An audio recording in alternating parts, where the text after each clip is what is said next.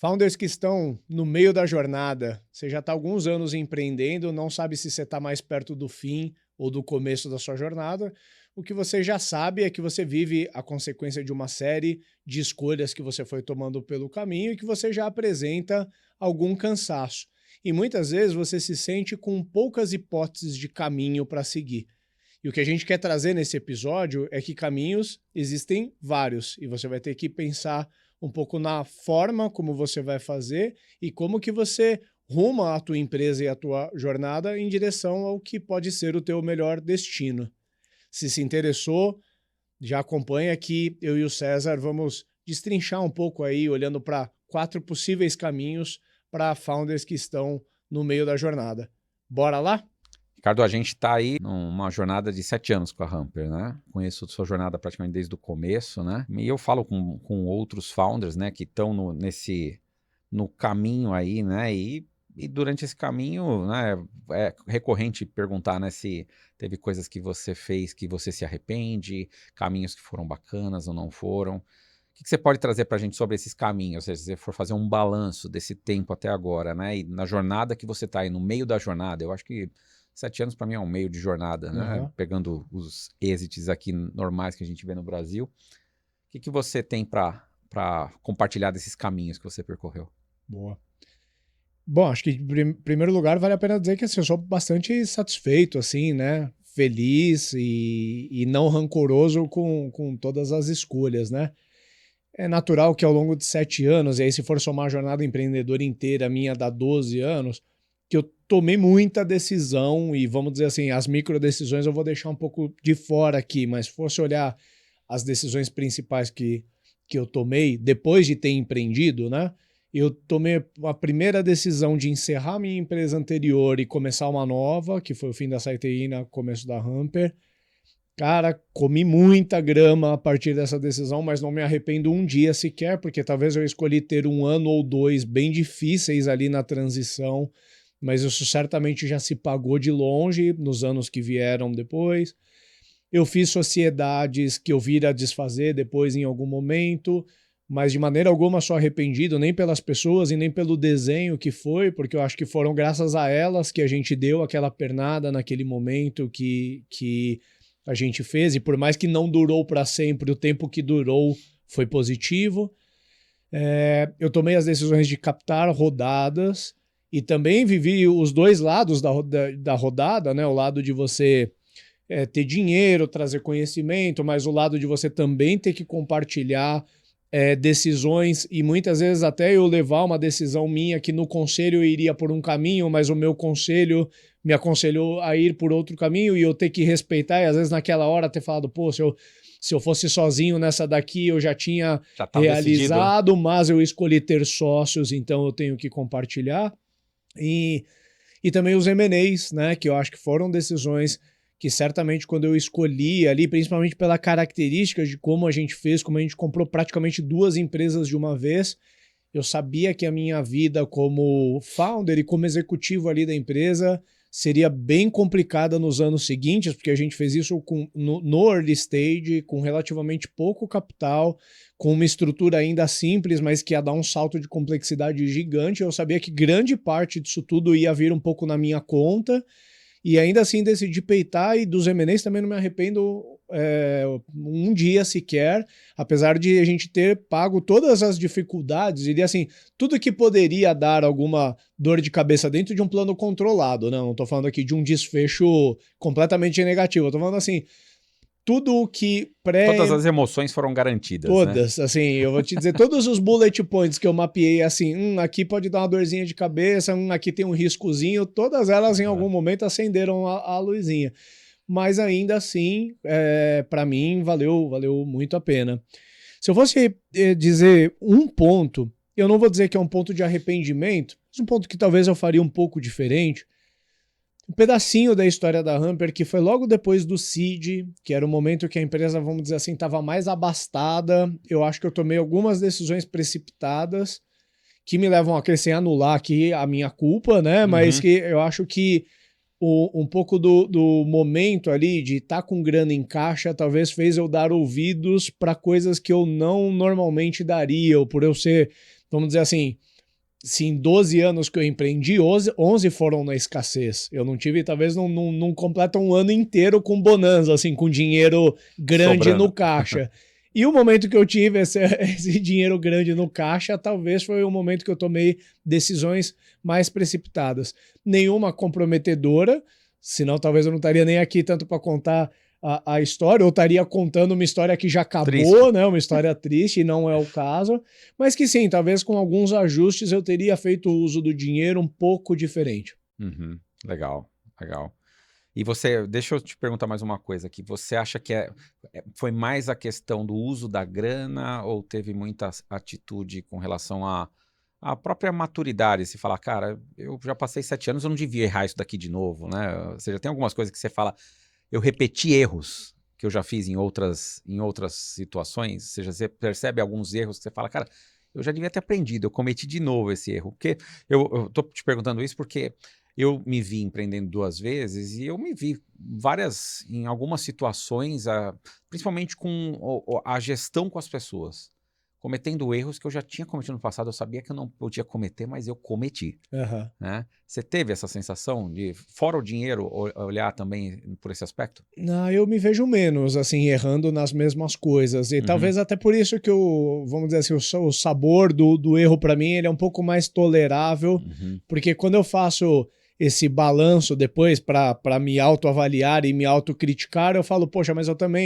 eu errei, eu não acho que eu tinha toda a informação, ou era de fato um fato novo. Muitas vezes eu errei, eu não estava totalmente desinformado. Eu sinto que muitas vezes, em algum erro que eu cometi, eu estava precavido. Eu sabia do risco, eu decidi tomar o risco e nem sempre o colateral que veio foi 100% positivo, mas ainda assim eu tinha calculado bem, digamos assim, né? boa. Então, você está ouvindo aí, saiba, em primeiro lugar, que esse é o segundo episódio, uma parte 1, parte 2, vamos dizer assim, onde a gente está falando das escolhas de caminho disponíveis para founders. No episódio anterior, a gente falou sobre os caminhos mais inerentes de founders em início de jornada, e nesse episódio a gente está falando de caminhos de founders para meio de jornada. Não necessariamente tem uma ordem cronológica obrigatória aqui, então não precisa pausar esse episódio e ouvir o anterior para você entender. Eu acho que é mais de circunstância, né? O programa, a gente imagina, conversa com uma audiência tanto de gente que está começando a empreender ou até que está sonhando em empreender em algum momento, e conversa muito também com founders que, assim como eu, vamos dizer assim, estão mais ou menos em algum lugar no meio da jornada, e os desafios são diferentes, os caminhos são diferentes, por isso a gente decidiu separar aí em duas etapas. E nesse aqui a gente vai falar um pouco mais daqueles desafios que dizem mais respeito de se já passou etapa de fundação, decidir um pouco melhor modelo de financiamento do negócio, está ali em algum lugar entre o seu 5º e 10º ano, ainda assim precisando fazer escolhas diárias, sendo algumas dessas escolhas que podem causar uma inflexão no seu negócio, seja para bem, seja não para tão bem, né?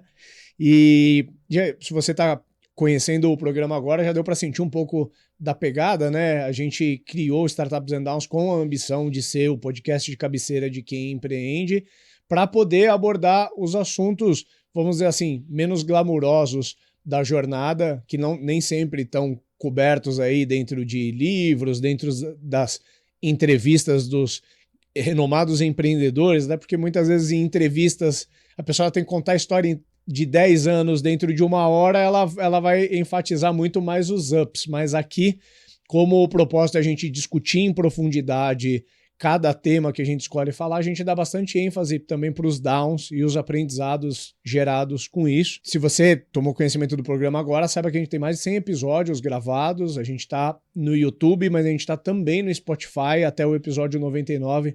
Tem muito tema coberto lá dentro, certamente alguma coisa que você viveu, está vivendo ou ainda vai viver na sua jornada, você vai encontrar algum episódio que certamente vai te ajudar. Se você está curtindo aí o programa, já garante que você segue a gente no Spotify, no YouTube, curte esse nosso episódio, dá 5 estrelinhas para o nosso programa e principalmente compartilha com outros founders e outras founders aí que você conhece que podem estar vivendo momentos aí que o programa pode ser útil, certamente você vai estar ajudando essa pessoa e vai estar ajudando também a gente do Startups and Downs. E aí, César, eu acho que um pouco diferente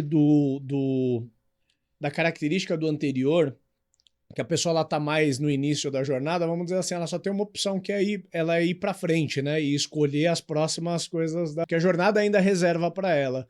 E quando você está no meio da jornada, primeiro eu acho que você tem que ter uma capacidade de autodiagnóstico, de você entender mais ou menos naquele grande mapa, em que lugar do mapa que você tá, para a partir dali você fazer as suas escolhas. Parece óbvio dizer isso, mas quando a gente está vivendo na pele, a gente está do lado de dentro, nem sempre a gente sobe o nosso drone para olhar o mapa de cima. Às vezes a gente só está vivendo uma consequência de fatos ali e a gente não sabe se localizar muito bem em que lugar da jornada. Então, eu acho que antes de olhar para os caminhos e para as hipóteses, eu olharia primeiro assim, em que lugar do morro que eu tô para eu continuar subindo aqui, né? Sim, sim. E a gente tá brincando aqui que é o meio da jornada, mas não existe nem essa definição do meio da jornada, né? O que a gente tá falando talvez seja aquela empresa que já passou de 4, 5 anos, né? E ela já tem clientes, né? Já tem uma carteira de clientes, né? Razoável, ela já fatura, talvez esteja ali no break-even, talvez gerando até resultado, já captou talvez algum dinheiro, né? E ela está naquele questionamento de qual é o próximo passo, né? Talvez não esteja crescendo num nível tão grande, ou está crescendo ainda num nível grande, precisa de dinheiro ou não precisa, não quer, né? Talvez seja esse o meio da jornada. Ou ela está se questionando, o founder está se questionando, o empreendedor está se questionando, falando, cara, o que eu quero agora daqui por diante, né?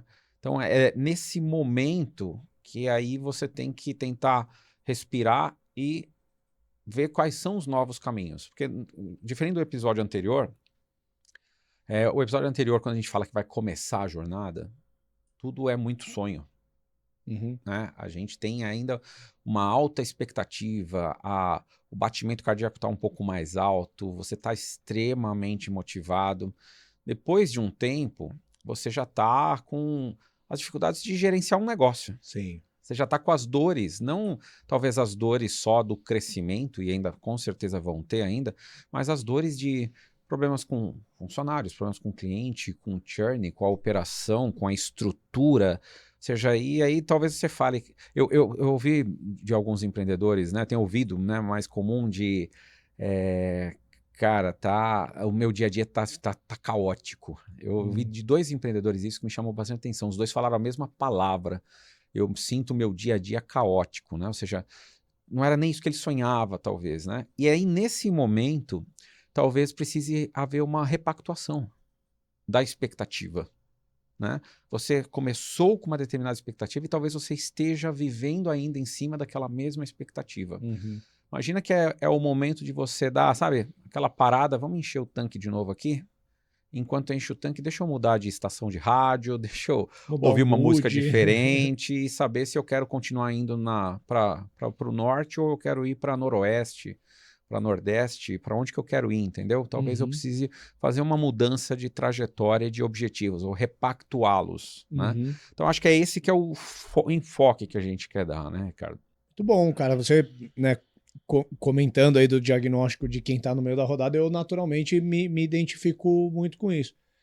E eu acho que nem sempre precisa ter um amargor em relação às decisões que foram tomadas, mas algum nível de cansaço certamente já existe, né? Então, uma coisa que me marca bastante, porque a gente está falando aqui, o que a gente estava conversando agora há pouco no nosso almoço, né? Que os ciclos tecnológicos eles estão cada vez mais perecíveis e eu acho que isso acaba criando também um certo desgaste do founder em relação ao que ele faz, porque muitas vezes ele empreendeu no hype de um assunto que passou 2, 3 anos e durante um tempo ele foi acostumado a ser a bola da vez e uns 2 ou 3 anos depois aquele hype não tá mais ali e aqueles holofotes viraram quase como, vamos dizer assim, uma modelo que teve em alta e saiu de moda, uma banda de rock que tava em todas as paradas durante um ano, aí no ano seguinte vem até uma galera que toca até pior do que eles, mas eles que estão roubando a audiência, e você fica meio com aquela síndrome de vira-lata, assim, ou querendo procurar qual que é o próximo hype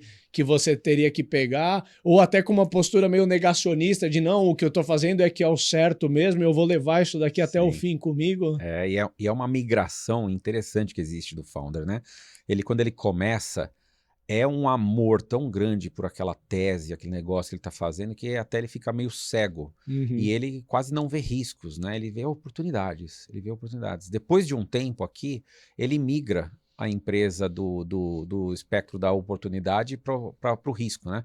Fala, cara, tá difícil, tem tanta gente entrando nisso e tal. E aí começa, e aí é interessante você olhar como investidor, né? Quando você entra muito no começo, de um lado no começo você fala, calma, cara, calma, vamos olhar que existem problemas aqui. E depois parece que você tem que, calma, cara, as coisas, beleza, risco é inerente ao negócio, você tem um bom negócio aqui. Sim. Então, o founder tem esse, né, ele acaba, o dia a dia acaba tornando ele nesse vendaval de, né, vai para um lado, vai para o outro, né, os sentimentos são muito fortes. E nessa fase, é o que você falou, começa a se ter muito receio dos riscos, né, e aí começa a se calcular, cara, o quanto eu estou disposto a continuar tomando riscos, né, e ele parece que começa a enxergar menos as oportunidades, né. Boa.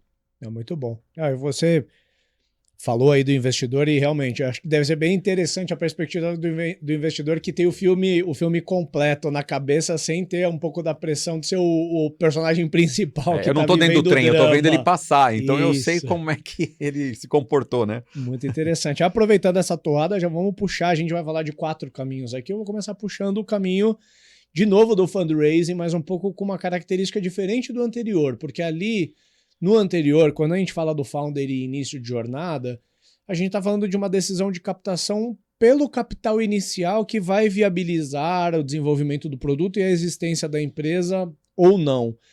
Aqui a gente já está falando de uma empresa que existe. Ela existe, ela já tem produtos desenvolvidos, ela já tem carteira de clientes, ela já tem uma certa autonomia, ela conseguiria viver sozinha. A gente não sabe por quanto tempo, mas ela conseguiria viver sozinha.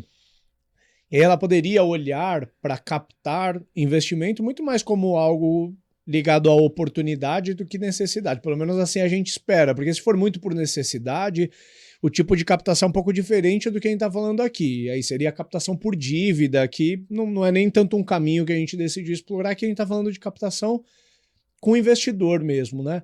E eu percebo, César, por mais que esse mercado ele amadureceu muito nos últimos tempos e nós founders hoje estamos muito mais bem informados do que estávamos há 5 anos atrás e incomparável com 10 anos atrás, ainda assim como existe desinformação em torno de expectativas de founders que querem ou não captar, né?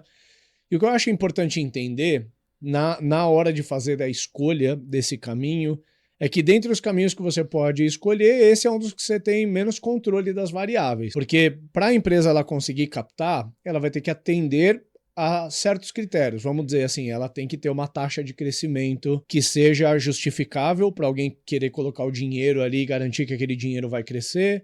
Ela tem que ter métricas saudáveis, ela tem que ter um produto que entrega sucesso, ela tem que comprovar a capacidade de entrega dela, do time, track record dos fundadores e comprovar um mercado grande. Vamos dizer assim, estou tentando eleger 5 critérios que todo investidor nas primeiras conversas vão querer mitigar. Que no meio da jornada já é difícil pra caramba de bater todos esses critérios, porque às vezes você tá saudável, com produto bom, mas a sua taxa de crescimento já não é mais de 3 dígitos. Às vezes você tem uma taxa de crescimento de 3 dígitos, mas suas métricas estão todas estouradas e o teu produto está dando problema pra caramba. Ou seja, é difícil gabaritar no 5. E ainda que você gabarite no 5, não é automaticamente critério de que o dinheiro já está ao seu acesso. Então vamos dizer assim, a gente tem pouco controle das variáveis e é um caminho que é mais provável você sair para captar e voltar sem nada do que você voltar com uma rodada exitosa. Mas ainda assim, eu ainda vejo muitos founders que depositam quase que 80% da energia cognitiva deles de escolha no caminho de fundraising. E o que mais me preocupa é que muitas vezes não existe nem uma resposta para o porquê captar. Uhum. Muitas vezes é como se fosse um caminho automático que a gente tem que ir, porque se eu sou startup, se eu já tenho um certo porte, eu deveria captar. E quando você questiona um pouco mais, umas respostas bem questionáveis, do tipo assim, poxa, eu vou captar porque eu não tô com resposta do crescimento para minha empresa agora. Então eu acho que se eu tivesse grana, eu acredito que daí eu conseguiria elaborar um plano para voltar a crescer. Ou às vezes eu vejo casos também do founder, ele tá com dinheiro em caixa, ou se entrar no mérito se é muito ou se é pouco, mas ele quer captar uma rodada para ele ficar um pouco mais tranquilo. E aí, conhecendo como a banda toca em VC, investidor nenhum vai querer colocar dinheiro só para o founder poder dormir mais tranquilo à noite, porque ele sabe que tem um colchão de caixa. Daí eu queria voltar a bola para você, para trazer um pouco dessa perspectiva, não só do founder, que você já foi e conhece muito, mas também dessa perspectiva do investidor com relação a isso. Né? Sim, sim. Eu, eu passei um bom tempo tentando captar no passado, né? Tentando vender depois a empresa, tudo. E era engraçado que eu tentava muito vender o que eu tinha feito, né? O meu histórico, né? Então eu estava no meio dessa jornada aqui, nossa, olha o que a gente fez, a carteira que a gente tem de clientes. E no final das contas, né? Para mim era como se fosse o fim da jornada ou o objetivo da jornada era captar. Eu estava muito, muito com isso na cabeça, né? E é completamente a motivação errada. Porque do outro lado, o que o investidor queria, e hoje eu tenho, cada vez eu fui criando a clareza disso, ainda como empreendedor, e hoje eu tenho convicção, que o investidor está interessado, cara, tudo que você aprendeu é legal eu saber, e o histórico, mas como é que isso se aplica para o plano futuro? Eu quero mais Uhum. saber como é que você vai conquistar, principalmente quando você fala com um fundo. Cara, ele está falando de rentabilidade. Ele vai botar X, ele quer tirar 3x, 5x, 10x, 50x. Né? Qual que é a rentabilidade que ele vai ter? Né? E aí ele está querendo ver o seguinte, vale mais a pena eu colocar na Vale do Rio Doce, numa Renda renda fixa. fixa qualquer, ou colocar na sua empresa. É isso que ele está olhando. Uhum. Ponto. E aí falta muitas vezes para o empreendedor, quando você faz a pergunta, tem vários empreendedores que eu faço a pergunta assim, por que você quer captar? E tem respostas que vêm assim, porque, cara, meus investidores anteriores estão me cobrando que eu preciso captar. Essa é Isso a não pode, pior resposta possível. isso não pode ser motivação, né? Eu estou captando porque, cara, se eu não captar, eu não vou conseguir crescer. Tá, beleza. Daí eu falo, quanto é que você vai crescer sem o capital e o que o capital vai acelerar o seu crescimento? Uhum. Então, como se fosse assim, olha, eu tenho uma empresa. Se eu continuar na pegada que eu vou fazer isso, isso, isso e vou crescer tanto. Se eu tiver um dinheiro, eu consigo potencializar essas coisas, eu consigo ter outras iniciativas que eu já testei, que eu tenho alguma evidência, e isso vai fazer minha curva crescer mais. Tem founder que não sabe responder isso. Uhum. E aí, no meio da jornada, o que eu espero é que não exista mais esse erro do empreendedor de achar que o caminho é captar. A estratégia é captar. Não pode ser. A estratégia jamais é captar. O captar, e é o que você falou, né? A gente não vai explorar a questão de você trazer dinheiro de dívida e tudo mais, mas o captar é simplesmente, dada uma estratégia que eu tenho, Uhum. e eu sei o que eu vou fazer com aquilo, né? Para isso se realizar, eu vou precisar talvez de um capital que eu não tenho. Uhum. E aí, qual é a forma que eu vou buscar esse Perfeito. capital? Né? O negócio é construído dessa forma. Né? E tanto faz se é um negócio com crescimento ordinário, normal, né? Ou uma startup que pode, né, crescer 3 dígitos e assim por diante. Né? Uhum.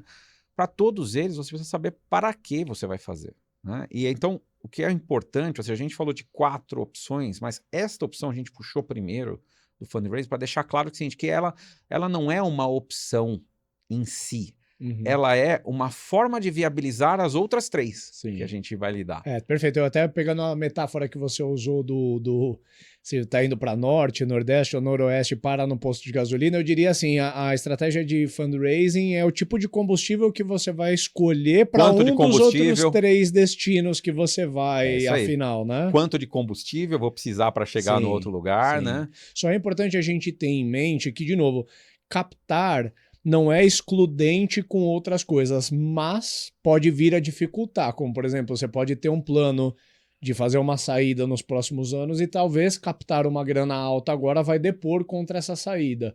Ou você, como empreendedor, tem expectativa de que daqui 1 ano ou 2 você vai começar a distribuir resultado para você, para os teus sócios, para a tua equipe, e às vezes captar pode depor contra isso ou não também, né?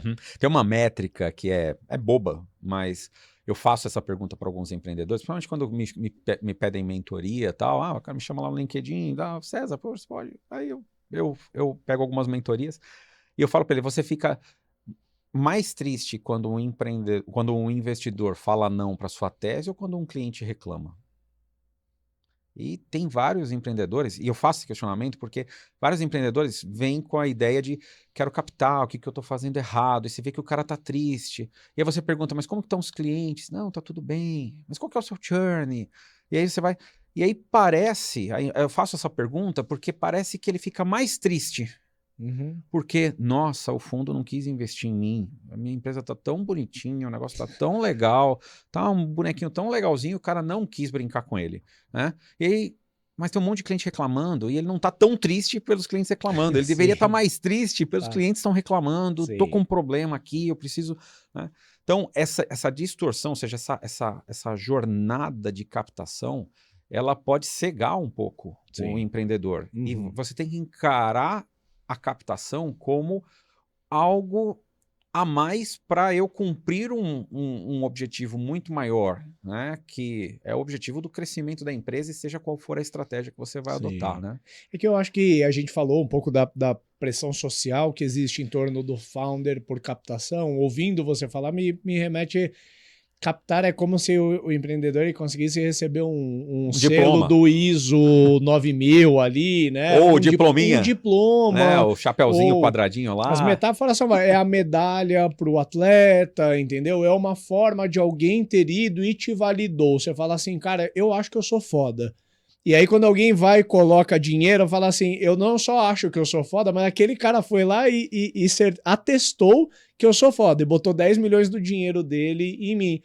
Quando não é, né? Porque eu acho assim, tem vários founders, vários empreendedores desde sempre, desde que o mundo é mundo, tocando business quietinho na deles ali, botando 1 milhãozinho no bolso no final do ano em forma de dividendo e tá nem aí para captar dinheiro ou não, né? Então, sim. Será que objetivo será que é melhor perseguir, né? Não que o dinheiro seja um motivador necessariamente aqui, mas só para equilibrar um pouco da balança de que será que essa busca por esse atestado que um terceiro te dá é o melhor caminho que você deveria estar perseguindo? Ou será que não tem outros caminhos tão bons quanto, se não melhores, né? Sim.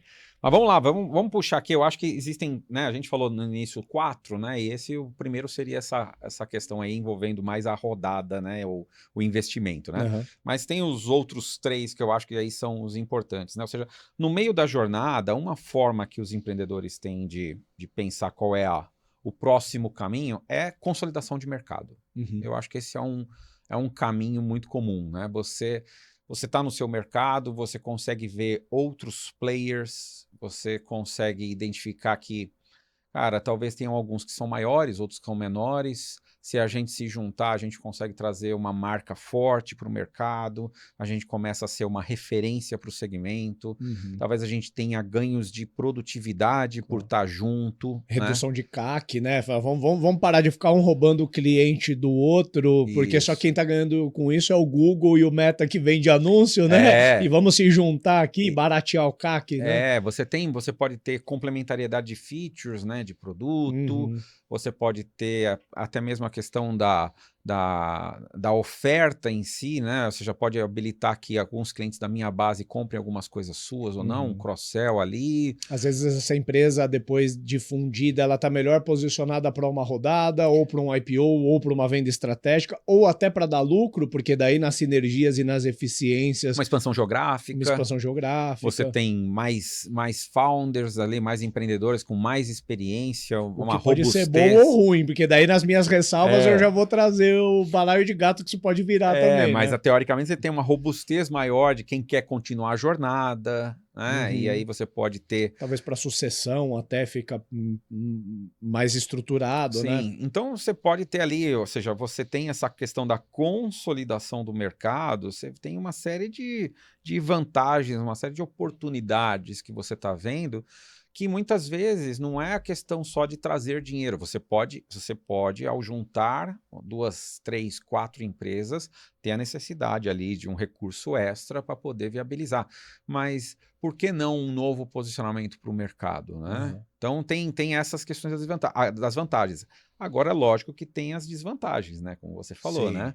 Esse balaio de gato de ter um monte de gente, culturas diferentes, né? Ou seja, tem uma questão. Eu até brinco, quando tem essa questão do M&A, eu até falo que existem para mim 3 passos, né? Que são importantes, né? O primeiro passo, imagina que o primeiro passo precisa ter fit cultural.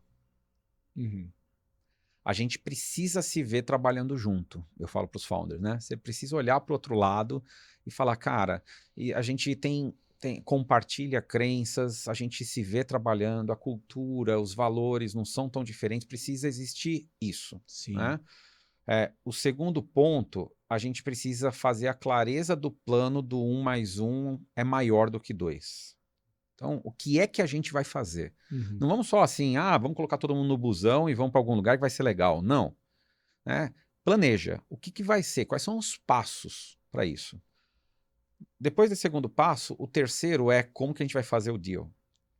Uhum. E aí, essa é a parte mais fácil, por incrível que pareça. Eu acho que se as outras duas forem muito bem feitas e a gente chegar à conclusão, a intenção de chegar nos números para esse negócio acontecer vai ser muito mais fácil. Uhum. Né? É mais fácil começar por aí do que começar pelo número. Sim. Porque pode começar pelo número, como não tem propósito, o que você vai analisar? Né? Uhum. Então, esses 3 passos são muito importantes na hora da consolidação.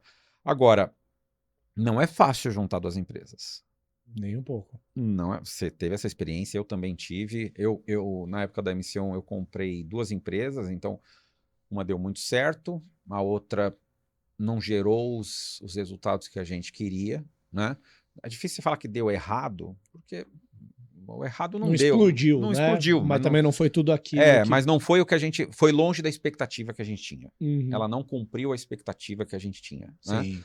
Mas eu tive sorte que eu não tive problema com os empreendedores que vieram junto, né? Foi muito suave, o relacionamento foi excelente, né? Então, quando eu fiz da MC1, foi tranquilo. Depois que eu vendi a MC1 e eu fiquei, já foi uma junção de 2 empresas também, teve uma junção ali, a gente bateu bastante cabeça. Uhum. Ali o negócio não foi legal, não fui eu necessariamente que conduzi, mas ali a gente teve algumas dificuldades, culpas minhas, hoje eu faço uma avaliação também, eu tive muita culpa Claro. também ali naquele momento também, eu acho que eles também, os investidores, mas a gente bateu um pouco de cabeça, né?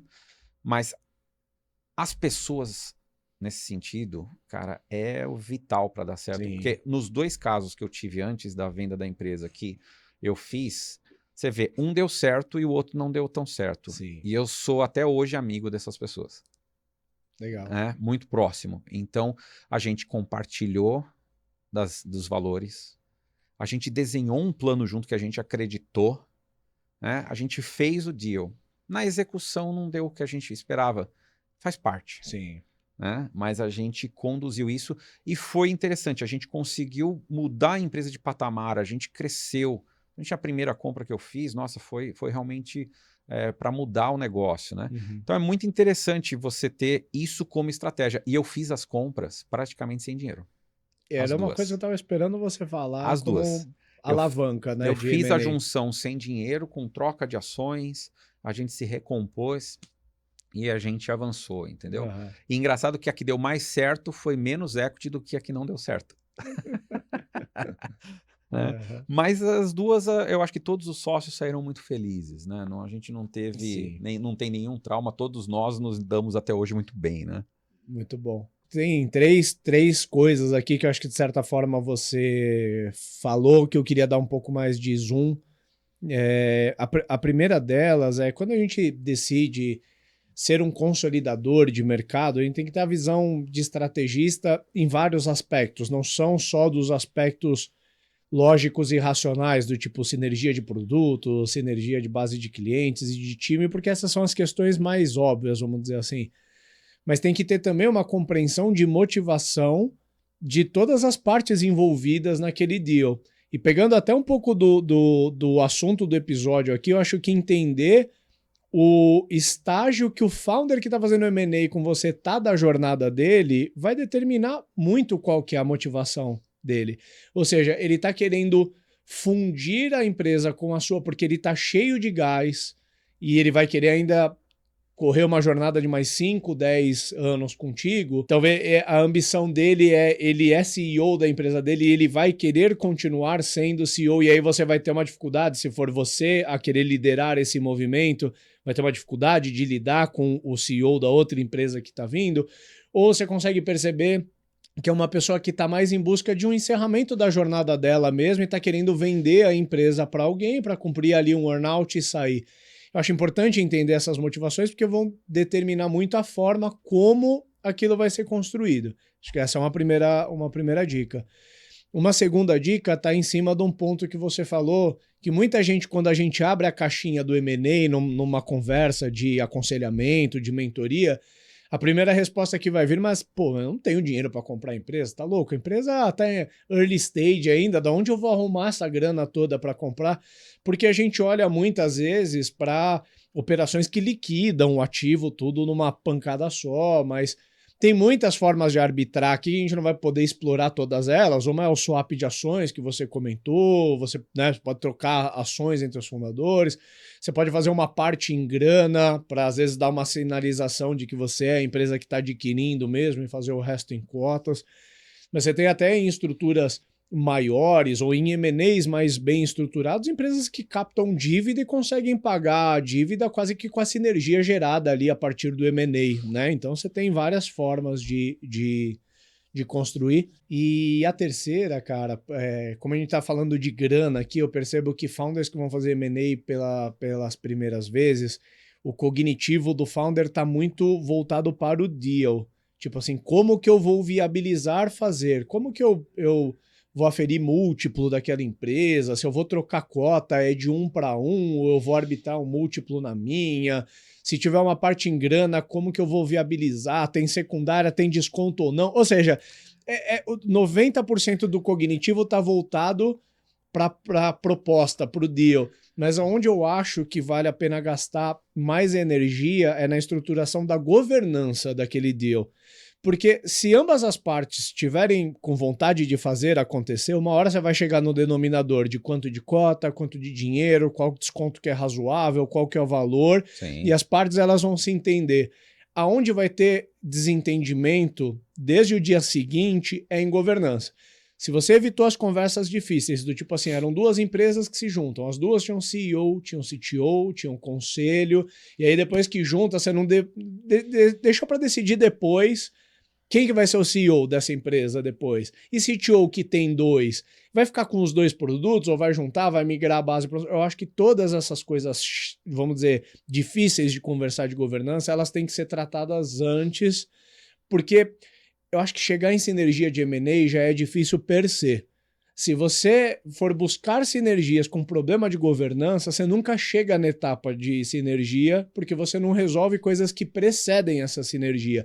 Aí, para mim, é o que pode levar um plano de consolidação ou de M&A de qualquer característica aí a vir a fracassar. É isso aí, muito bom. Vou puxar o segundo ponto aqui, que é né, o primeiro que a gente falou, a questão da consolidação do mercado. O segundo é a busca de uma saída estratégica. Que é, de alguma forma, usar M&A também como a tônica aqui, mas não buscando consolidar, talvez ser consolidado, né? Talvez ser consolidado. Então, nesse momento aqui, você tá ou vender para um grande player, né, ou acoplar num grande player que a tua oferta faça sentido como uma complementariedade dele ou a sua carteira de clientes, né? Ou seja, nesse momento você fala, cara, tá difícil, né? Tô com um caminho aqui meio sozinho, né?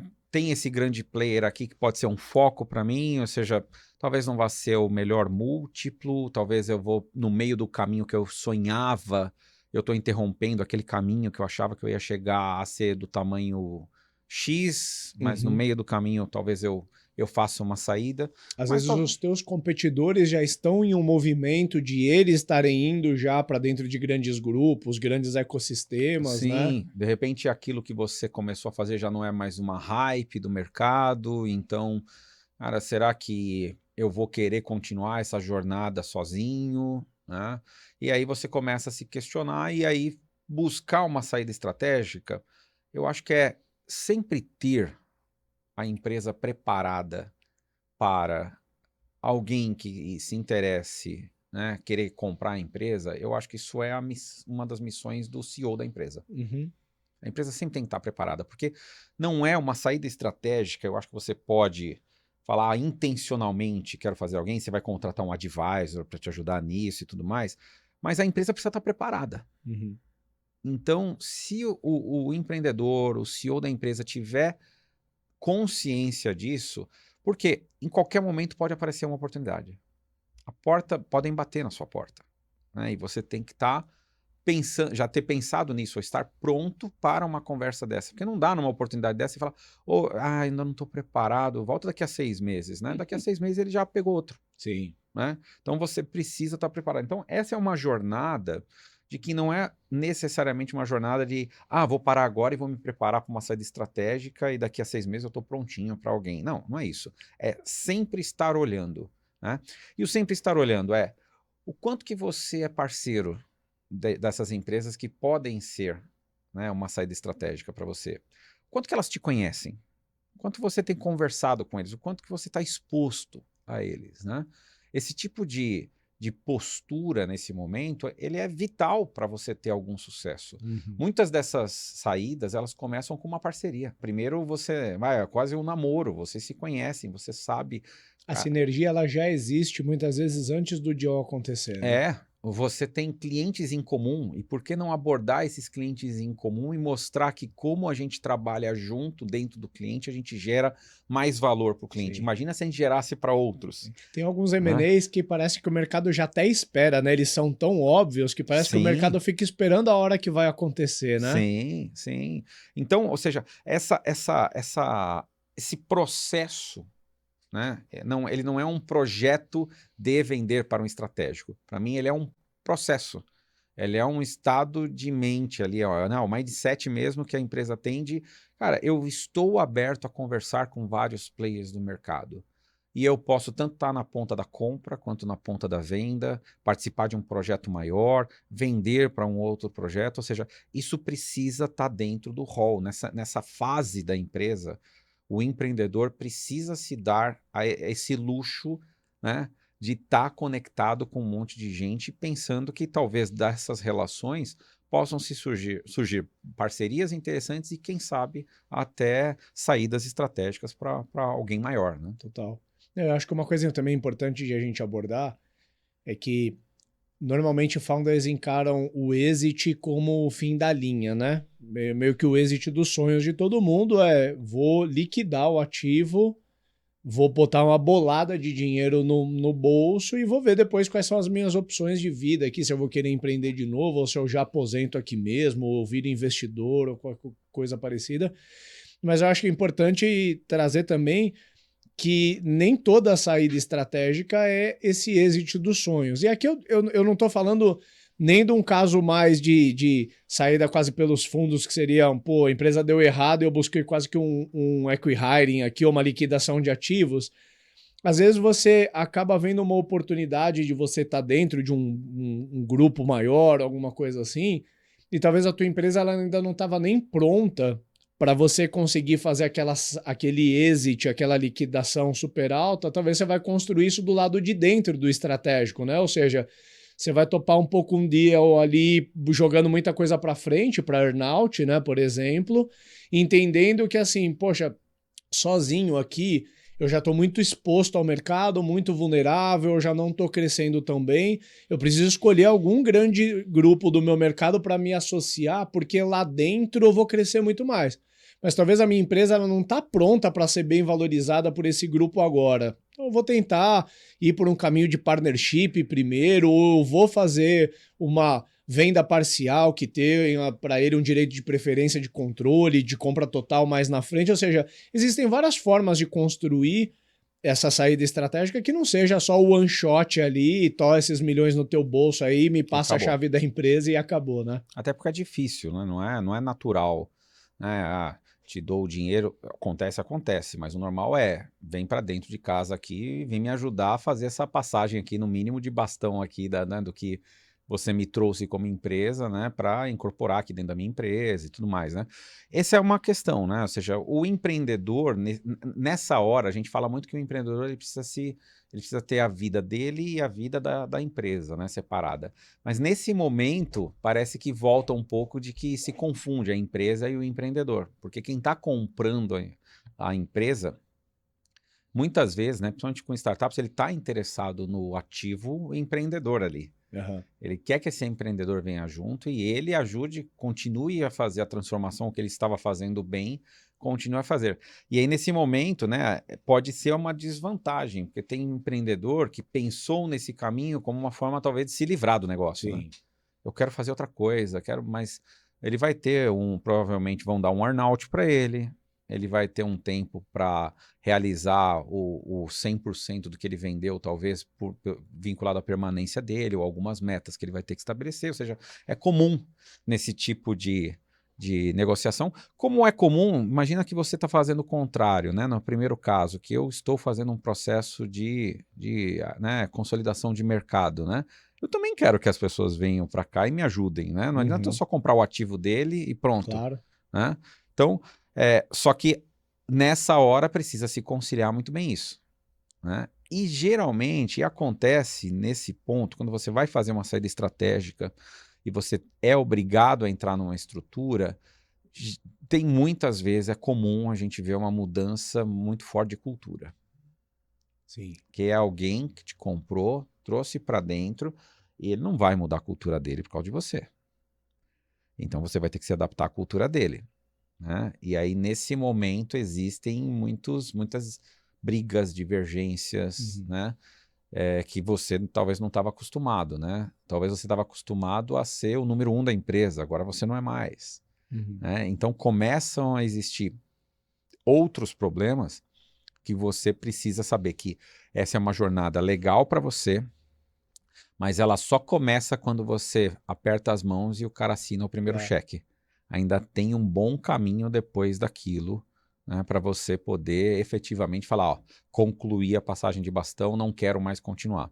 Talvez a melhor intenção seja a melhor venda para um estratégico é você falar o seguinte, cara, eu quero ter a experiência de trabalhar nessa operação diferente.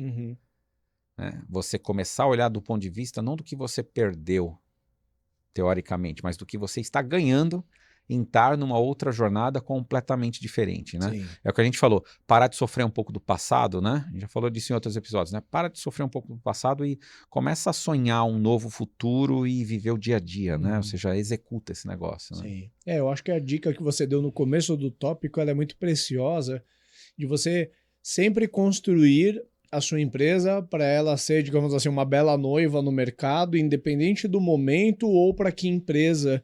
Porque eu acho que uma das melhores alavancas que o empreendedor tem é a opcionalidade. Quanto mais opções ele tiver, menos vendido ele fica para uma alternativa só. Porque se o empreendedor ele cai em uma, assim, eu preciso vender a todo custo a empresa, provavelmente ele vai topar um deal muito ruim, motivado pelo cansaço que ele tá de querer se livrar logo do ativo. E talvez o que ele consegue é o contrário, ao invés de ele se livrar, ele acaba tomando um compromisso dentro de uma organização maior, onde ele já não arbitra mais nada, ao passo de que se ele está constantemente construindo bem a empresa dele, criando opcionalidade para ele mesmo, na hora que ele for escolher, ele ter a alternativa de falar assim, poxa, eu vou me associar a uma empresa que eu realmente acredito.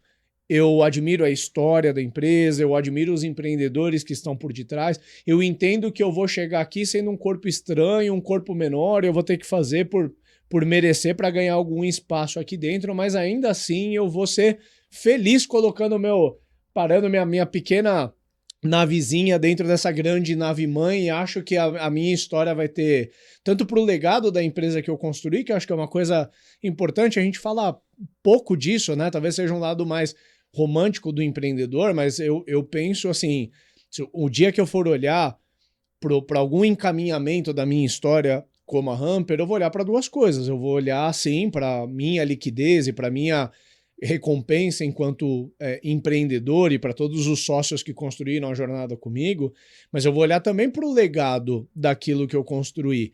E eu vou buscar algo que talvez que traga um equilíbrio para a minha história, né? Que me traga uma recompensa que eu acho que é proporcional a toda a minha dedicação até ali, mas que também posicione, um dia que eu não tiver eventualmente mais tocando a Hamper, que essa empresa ela esteja bem posicionada para quem sabe ela tá até melhor em outras mãos em algum momento e continuar crescendo. E é uma coisa que eu já te falei que eu admiro da sua história, porque isso aconteceu com a MC1, e eu admiro até o seu despreendimento, porque eu acho que eu vou ter que passar por um detox pesado, assim, para acabar com a simbiose entre Ricardo Corrêa e Hamper, mas eu vejo que às vezes você toma notícia assim da MC1 e vê como se fosse uma empresa de mercado, mas a empresa já foi sua. Então você realmente conseguiu graduar todos esses estágios e olhar ali o legado do que você construiu e ver que é uma história que continua, que é bonita, que emprega a gente ainda. Talvez esse seja o... Não, desde que eu saí da MC1, acho que eu fui uma vez lá. Nunca mais fui, né? Conheço o presidente do conselho, os investidores, né? Tenho vários amigos lá, vários dos diretores atuais são diretores da minha época, já saí há 7 anos, né? Então, mas cara, eu tenho um carinho, vou fazer 8 anos agora esse ano que eu saí. Mas cara, eu tenho um carinho pela empresa, pelo que ela realizou, né? Não acompanho, não tenho, né? Eu me propus quando eu saí, eu falei, cara, eu vou realmente me desligar desse mercado, não era um mercado que eu queria mais continuar, né? Mas ficou na minha história. Então é uma coisa que eu olho para trás, sabe qual é aquela história, aquela página que você abre do livro e você dá um sorriso. Você fala, cara, foi legal. Mas aí eu passo para a próxima página. Legal. Né? Então construí muita coisa legal depois disso, né? Ou seja, eu acho que é um pouco da minha. Eu acho que o empreendedor tem que ter isso, cara. Qual é o próximo desafio? Qual que é o seu propósito, né? Para que você está fazendo tudo isso, né? E aí eu vou puxar aqui, Ricardo, o terceiro ponto, que eu acho que né, seria o quarto, né? Mas eu acho que é o mais importante, que ele caiu de moda, eu não sei por quê. Para Mas mim, tá voltando. empresa só existe para dar lucro. Sim. Eu não consigo conceber a ideia de uma empresa que não vai dar lucro, né? Mesmo assim, teve gente que, nossa, mas cara, como é que pôde? O Uber fez o IPO sem dar lucro, né? Mas vamos pensar o seguinte, vamos pensar outros casos no passado que se questionou. Por exemplo, teve no passado um questionamento muito forte com a Salesforce. Salesforce quando ela estava para abrir o capital, isso acho que, não sei, 15 anos atrás, 10 anos atrás, não lembro quanto foi. Mas muita gente questionava no balanço dela, quando vinha o balanço dela, falando que assim, cara, era um resultado muito pífio. E o mercado continuava apostando e botando dinheiro lá. Mas a percepção que o mercado tinha é a seguinte, cara, se eles cortarem de uma hora para outra o modelo de remuneração que eles fazem da cadeia de parceiros dele, Ela fica lucrativa ela da se noite pro torna dia. lucrativa da noite para o dia. Só que o que os acionistas tinham na cabeça? Fala, cara, eu vou ter esse lucro para quê? Ou para comprar outra empresa, ou para distribuir dividendos. Mas, cara, se eu pego este dinheiro e reaplico na própria empresa, uma empresa que já faturava bilhão, no outro ano ela fazia 2 bilhões. Ela dobrava. E aí eles falavam, cara, eu vou pegar todo o resultado desse negócio e investir. Então não é que a empresa não dava resultado. Se ela quisesse, ela fazia uma manobra ali, ajustava as contas, parava de investir para crescer e ponto. Mas o negócio deles é o seguinte, cara, ainda tem bambu para a gente fazer flecha aqui. Então vamos fazer flecha. Vamos fazer flecha. Ainda tá rendendo, ainda tem bambu para caramba. Né? Então vamos fazer. E aí, por isso que eles continuaram. A questão é que a gente foi perdendo durante esse período, parece que essa noção de que as empresas precisavam dar lucro. E aí é como se a empresa, a missão dela era conseguir chegar no próximo estágio para pegar dinheiro de novo e gastar para caramba, e ela só crescia à medida que ela tinha essa injeção de capital. Então, injeção de capital é a injeção de capital que me possibilita crescer. E não, nada, eu estou crescendo e para continuar crescendo me dá um pouquinho mais dinheiro. Né? Então, você se tornou um negócio que parece que ela nunca precisava gerar dinheiro. Mas é que a maioria das empresas, a lógica é que essas empresas que criaram este modelo são empresas que você bota o capital, é mais lucrativo para mim, vale mais o ativo, eu botar de volta na empresa e ela gastar esse dinheiro para ela continuar crescendo, do que outra coisa. Agora, eu vejo muitas empresas que elas quase que estão pedindo dinheiro para continuar fazendo a mesma coisa, porque se elas pararem de fazer a mesma O coisa que está motor custando para para de caramba, o motor funcionar. para e ela começa a morrer. Aham. Isso não é bom. Isso não é bom. Então, a primeira mensagem aqui clara, né, de tudo isso, você quer fazer uma saída, você quer vender para um estratégico, você quer... Você tem que Cara, estar em forma. você tem que estar em forma. Aham. Você tem que estar dando lucro, você Sim. tem que ser... Ou você tem que...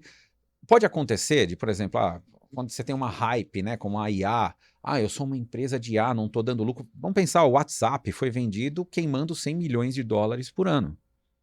E foi vendido por 22 bi. Mas teve uma lógica, né? A Meta comprou na época, né? Não era nem Meta, acho que ainda era Facebook. Uhum. Mas comprou na época porque tem um valuation que se faz, que é o valuation por cópia, né? Por replicação. Custava mais caro do que 22 bilhões o investimento que eles deveriam fazer para replicar tudo que o WhatsApp tinha feito e o mercado que ele já tinha alcançado. Então, para eles era mais barato pagar 22 bilhões e ter aquele ativo para eles, não porque dava lucro, mas o potencial que tinha da base deles, eles explorarem isso e ter mais informações, do que eles fazerem do zero. Sim. Então, é uma outra lógica. E a gente pega esses casos extremos e acha que isso é a regra. Não, isso é a exceção. Sim. A regra é, as empresas compradas são empresas que dão lucro.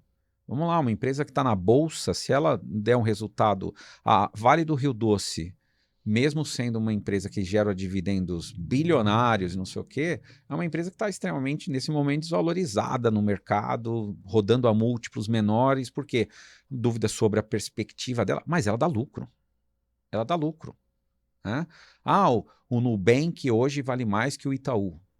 Mas o lucro do Itaú é bilionário. Mas é muito mais na perspectiva que se tem de que o Nubank, R$ 1 que o Nubank use para ele crescer, talvez ele cresça de uma forma maior do que o Itaú. Então já está precificado hoje esse crescimento do Nubank. Não é que Sim. o Nubank vale, né, se eu tivesse que falar, cara, se eu quiser ser sócio dos dois, para o futuro, beleza, mas dependendo da minha idade, eu vou querer ser sócio do Itaú, porque Já distribui muito mais dividendo. trimestre que vem tem um dinheirinho caindo na conta, Sim. entendeu? O Nubank ainda vai demorar, porque eles vão pegar o resultado deles e vão investir para crescer ainda mais. Então, mas todas elas, de alguma forma, estão moldadas para dar lucro. Sim. O grande objetivo é dar lucro. Então, se você tem, né, você está no meio dessa jornada e você ainda não parou para pensar que o que eu preciso fazer para essa empresa dar lucro, temos um problema. Houston, we have a problem. Né? Porque aí, cara, vamos parar, olha de novo. E aí eu falo com um exercício muito simples que eu peço para alguns empreendedores fazerem, Ricardo. Tenta extrair de todas as despesas e os custos que você tem aquilo que é investimento para continuar crescendo, para fazer outras coisas, e aquilo que é o necessário para a operação rodar.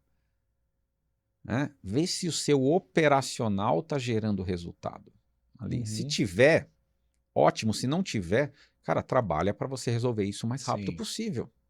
Não tem problema você falar, eu dou operacionalmente tanto de resultado, vou gastar para investir, cara, e vou tomar até dívida a mais, porque eu acho que eu vou crescer. Mas avalia esse investimento nessa perspectiva, o quanto que isso está fazendo eu crescer mais do que o as usual, o normal. Né? E se você não tem essa separação, você já passou muito tempo da sua jornada, você já está no meio da jornada. Você precisa ter esse tipo de domínio do seu negócio. Se o empreendedor não tiver isso, cara, ele pode estar tomando, ele não sabe qual é o caminho correto que ele vai adotar. Sim. Né? E esse, para mim, é uma condição primordial, precedente para qualquer uma das estratégias. Eu acho que você citou 3 cases que são bem interessantes, eu queria passar muito rápido por eles, né? Quando a gente olha assim para Salesforce, Uber, Nubank, claramente eram empresas que elas podiam até no meio do caminho ter a opção de se tornar lucrativa, mas elas tinham uma oportunidade tão grande de expansão de mercado que fala, poxa, acho que ainda não é hora de ficar lucrativo, vamos continuar fazendo aquisição de cliente, é quase como se a gente conseguisse separar a jornada da empresa em 2 etapas, é claro que ela não é uma excludente da outra, né? Mas é quase como se a empresa passasse anos muito focada em aquisição de cliente, Então olha o Nubank os primeiros 5 anos, era quase que com um único produto, queimando pista no mercado, adquirindo cliente aos milhões e queimando muita grana, porque era um único produto que não era lucrativo, mas uma vez que você já está literalmente dentro do bolso dos brasileiros, você começa a construir outras ofertas complementares, que daí você começa a focar mais em LTV. Não é que quando você foca em LTV você para de olhar para o CAC. Certamente o Nubank ele quer continuar expandindo a base de clientes dele ao passo que ele vende mais serviço. Só que hoje o Nubank tem incontáveis serviços. Eu sei lá qual que é o seu cliente Nubank, eu sei lá qual que é o meu LTV com eles. Mas eu sei que eu uso pelo menos uma meia dúzia de coisas. E assim como muitos, eu comecei há 5, 10 anos atrás com o cartãozinho de crédito deles lá, né? Então eu acho também interessante, claramente a Salesforce passou por isso também, que foi, primeiro, eu estou quebrando o status quo do mercado, né? A Salesforce foi a primeira SaaS declarada, não sei se ela foi a primeira de fato, mas a primeira a declarar guerra Ah, puxou, ao no software, né? on-premise. E pronto, Ah, foi isso. lembra aquele selinho que eles tinham, no software, Sim, né? até usava até pouco tempo E atrás. com risquinho de proibido, né? Pronto, cara, perfeito. Então eu acho que primeiro eles focaram assim, cara, para fazer a revolução e mudar o modal do mercado de software vai custar muita grana. Então tá tudo bem não ser lucrativo por uns bons anos. Depois de faturando ali já alguns bilhões e de ter grande parte do mercado dentro da carteira, dá para se tornar lucrativo, porque daí você vende mais serviços ou você muda a forma como o teu balanço é estruturado. E, pô, né, a gente está pagando muita comissão para revendas, enquanto a gente estava queimando pista no mercado valia a pena. Talvez agora que o mercado já está do lado de dentro, a gente não precise mais desse pessoal, E foi né? exatamente isso que eles fizeram na época, né? Sim. Foram reduzindo simplesmente a comissionamento que eles pagavam, né? Eram 2 anos, 3 anos de comissão, foi, agora vai ser 1 a partir do ano que vem. Pronto. A empresa ficou lucrativa. Né? Numa virada de chave, começou a se tornar Sim. lucrativa, né? E ainda sobre esse tópico, antes de devolver a bola para você, porque eu sei que tem muito de uma motivação sua também, né, de querer falar sobre isso, é a motivação do founder em relação a buscar lucratividade, né? Eu acho que você falou uma coisa muito que aqui para mim é no-brainer, assim, buscar lucratividade não deveria ser um destino ou algo novo. A empresa ela deveria ser lucrativa quase que desde o dia zero, a não ser que seja muito estratégico, como nesses casos que a gente falou, ela não ser porque ela está construindo um algo maior lá na frente. Mas eu acho que uma coisa que é importante a gente explorar aqui é da motivação. Vamos deixar o racional, só o negócio um pouco de lado, falar da motivação de founder e por que, que a gente escolheu isso como um caminho. Porque se a gente for levar o pé da letra, lucratividade não é um caminho. Não é um destino, é um meio. Você deveria ser lucrativo ao longo de toda a sua jornada. Talvez só em alguns trechos, estrategicamente, você escolheu não ser lucrativo. Não é um destino em si. Mas eu acho que um pouco do que motivou a gente falar desse tópico é que muitas vezes founders de meio de jornada começam a aparecer sem perspectivas. E o cara começa a conversar com você como se ele fosse o pior bicho do mundo, né? Uma síndrome de vira-lata, assim, o cara, César, eu não aguento mais, eu só trabalho, a empresa só me dá dor de cabeça, ou seja, ele tá daquele lado, aquele meme da criança que tá dentro do ônibus, tem um que olha pro lado da paisagem, tem um que olha do lado do barranco para cima, só tem pedra do lado, né? E tá cinza olhando só para as pedras do barranco que estão do lado dele. E às vezes você traz uma perspectiva diferente e fala assim, cara, olha o tamanho do que você construiu, bicho. Se você fosse se consultar 5, 10 anos atrás, você diria que você teria construído uma empresa de milhões de faturamento ano, que emprega tanta gente e tal. E às vezes essa pessoa ela não conta com a hipótese de tornar lucrativa e do quanto que a vida dela poderia ficar melhor se ela tirasse dividendo, se ela compartilhasse lucro com a equipe. E foi legal você puxar, na perspectiva do founder, tem uma visão, muitas vezes as palavras são assim, mas cara, se eu consigo pivotar a empresa para dar lucro, mas se eu pivotar para dar lucro, cara, aí acabou, cara, eu vou parar de crescer, ou... cara, aí que eu não vou vender nunca mais essa empresa, O cara. VC nenhum vai querer conversar comigo. Nenhum VC vai querer conversar comigo, e aí lascou, o que eu vou fazer da vida? Né? Porque aí meu sonho de vender empresa, eu não vou botar os milhões no bolso. E aí eu até brinco com uma conta muito simples, né? Vamos supor que você tenha 10 milhões de reais que você vai receber, né? Vamos pensar que você pega esses 10 milhões e aplique. Vamos pensar que você vai ter 10% no ano de rendimento. Tá? Vai fazer 1 milhão ali ao ano. Você vai fazer 1 milhão. Vamos supor que a inflação seja 4%, né, em vez dos 10%. Então, o teu dinheiro tem que, para ele ser atualizado, vai de 10 milhões para 10 milhões e 400 mil, certo? 4% a mais para, pelo menos, a inflação não corroer seu dinheiro. Aham. Então, quer dizer que você teve acima da inflação 600 mil reais. Uhum. Então, você vai viver com 600 mil reais. Seu dinheiro deu ali acima da inflação. Legal. Se a empresa gerar 1 milhão de reais por ano, De resultado? 1 milhão e 200, 1 milhão e 800, ou mais que seja 1 milhão, e você falar que você vai dividir metade, porque metade vai ficar para a empresa reinvestir e a outra metade, você vai falar, cara, não, a gente vai fazer uma distribuição, e você tem 80% da empresa. Você vai receber de 1 milhão, 500 mil vai ser dividido, você vai receber 400 mil reais, né? Que já é quase os 600 mil, né? Sim. Só que você ainda botou mais 500 Você mil na continua empresa. a galinha dos ovos com você. E a empresa, de repente, vai crescer, não vai crescer 100%, mas ela vai crescer 60% no ano, 50% no ano, mais do que o seu dinheiro lá parado no banco. E talvez no outro ano você vai receber não 1 milhão de resultado, mas vai dar, por exemplo, se você cresceu 60%, 1 milhão e 600. Então, naquele outro ano, o seu ativo cresceu 60%, teoricamente, você não tem liquidez, esse é o problema. Mas você tem um ativo, né, que você está controlando, você está dominando. Você teve 1 milhão e 600, metade você distribuiu, 800, você tem 80%, você botou 640 mil no segundo ano. E assim por diante. Né? Então, essa conta, né, e você está recebendo salário, né? Porque se você não estivesse recebendo salário, se você estiver só com o dinheiro aplicado e não está recebendo salário, você pegou os 600 mil e gastou. Como você está recebendo seu salário e você pegou aqueles 480 mil do primeiro ano, você pode ter aplicado aquele dinheiro já... Tá valendo mais. Já valendo mais. E você está acumulando riqueza. Ou seja, a empresa, ter uma empresa, vale muito mais a pena do que você só ter dinheiro aplicado no banco. Você precisa ter o seu dinheiro guardado, tudo, mas ter a empresa e uma empresa lucrativa é o melhor negócio do mundo. Melhor coisa que você pode fazer para você. Então, não desvalorize o que você está construindo. Né? Então, se os founders não mudarem essa perspectiva, Ricardo, eles vão gerando uma frustração porque os outros não querem botar o dinheiro, os outros... Cara, quem tem que acreditar no negócio é você. Você está dominando o negócio. Né? E aquele negócio, você tem que criar um negócio que, de alguma forma, gere riqueza para você.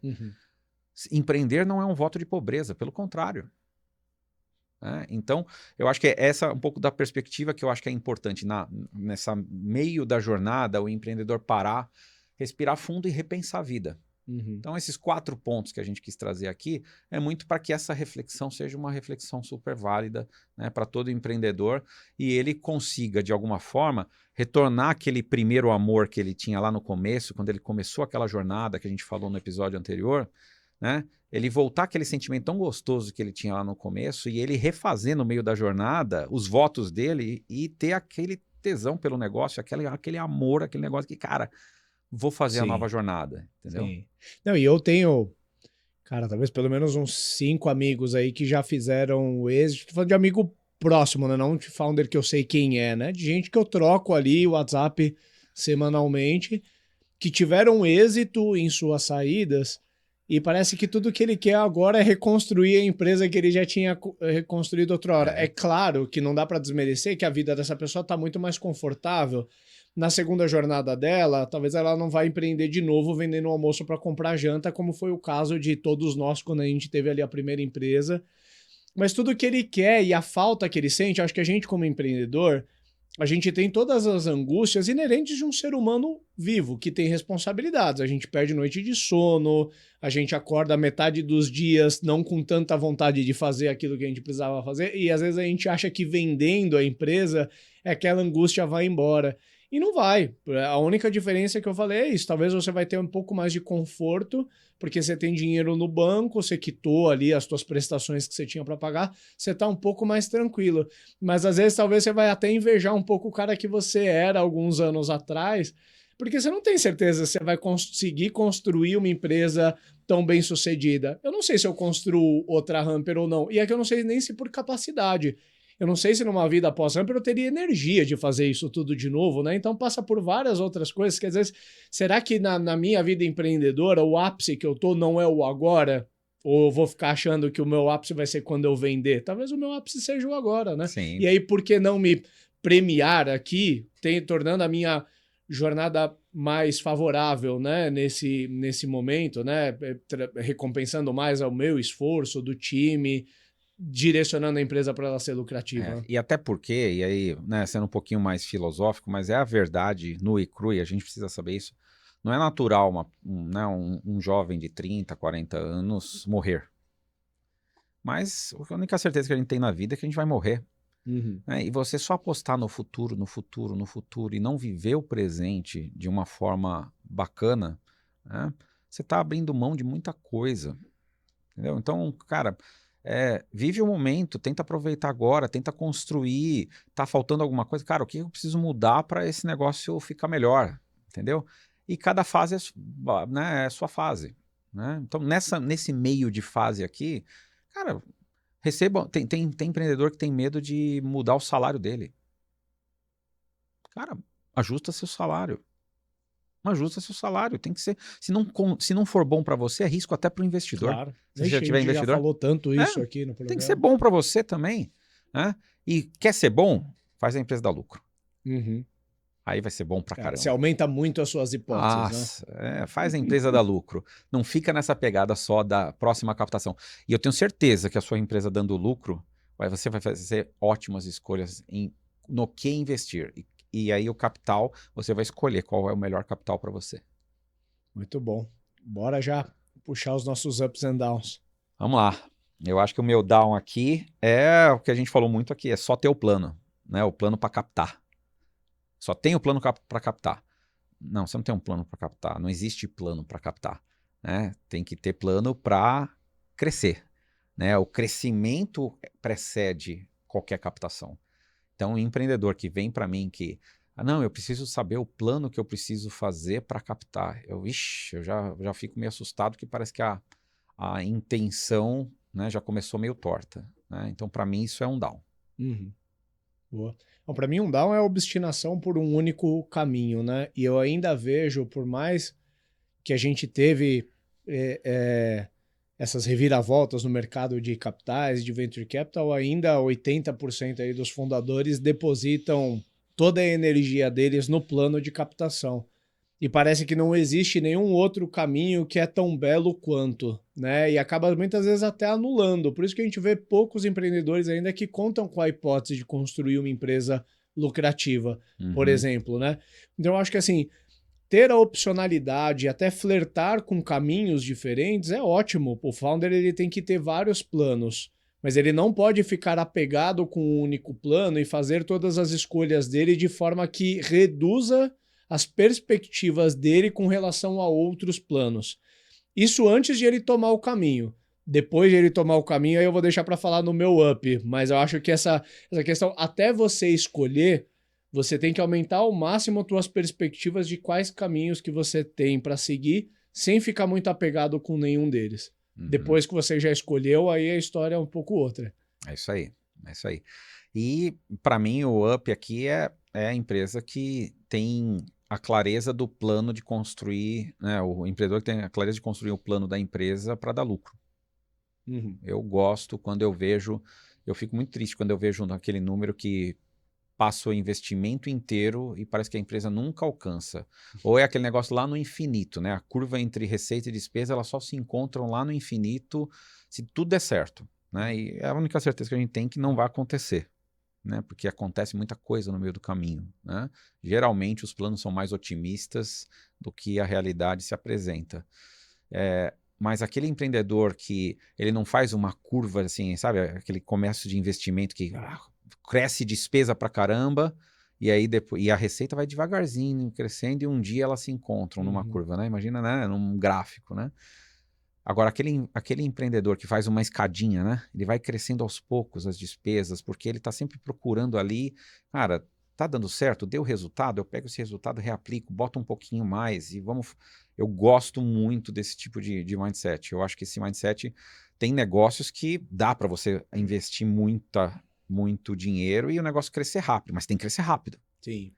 Aquele negócio que você bota dinheiro e demora para crescer, cara, eu não consigo entender qual é o efeito do dinheiro, né? Nesse sentido. Então, empreendedores que têm foco num grande negócio, que conseguem estabelecer conexões com todo mundo, que vai dar lucro, que vai dar resultado aquele negócio, ele sabe como fazer aquele negócio dar resultado, ele tende a abrir um leque de oportunidades, né, para sua segunda fase da jornada, né, a segunda metade da jornada maravilhosa. Uhum. É muito bom. Para mim, né, a tal da curva J, né, é a fórmula da ansiedade para founders, né? Meio que o sentimento desse negócio de você fazer um plano que durante 16 meses você vai queimar capital e só a partir do 17º, 18º que você break-even, e aí você já vai emendar uma outra rodada, o sentimento é que você vai pular de um precipício e só vai descobrir se o paraquedas abre ou não quando você já tá 100 metros do chão, né? Então toda a jornada vai ser uma tortura, porque eu tô uma certeza que você tem que você tá caindo ali, né? E rezar pro paraquedas abrir em algum momento. E se não abrir, você vai ver quais são suas opções ali, né? Bom, o meu up, né? O meu down, eu falei sobre tentar maximizar ao máximo as oportunidades, olhando para múltiplos caminhos, mas eu acho que o meu up é depois que você tomou um caminho, você ser leal a ele. E aí depois você maximizar ao máximo as probabilidades de aquele caminho dar certo. Uhum. Não dá para ficar com o pé em cada canoa quando o assunto é plano, do tipo assim, poxa, eu captei, mas eu queria ter dividendo. Eu caminhei, rumei a empresa para um break-even, desacelerei crescimento, mas ainda não me sai a ideia de um dia captar. Ou, putz, vendi a empresa, estou em earnout, mas eu acho que eu deveria ter ido para o caminho do VC, não deveria ter feito isso. Né? Acho que uma vez que a gente escolher o caminho, aí é acelerar e maximizar o máximo que a gente pode as probabilidades de aquele caminho dar certo, porque ainda que a gente escolheu aquele caminho, não é garantia de sucesso. Se você captou, você não está garantido que você vai ser uma empresa super legal daqui a um tempo. Se você vendeu, não é garantia de que foi um exit super porrada que resolveu a sua vida, como você falou. Então, ainda que você escolheu o caminho, é acelerar o máximo que você pode dentro dele e evitar as distrações, porque os outros caminhos vão... É igual quando, né, espero não soar mal aqui, mas não dá pra gente casar e continuar flertando com outras pessoas na rua, e não, uma vez que a gente escolheu casar, a gente tem que colocar all-in em fazer aquilo dar certo, por mais difícil que o casamento seja, né? É isso aí, é isso aí. Muito bom. Fechamos. Fechou. Valeu. Até o próximo, valeu. Até, cara.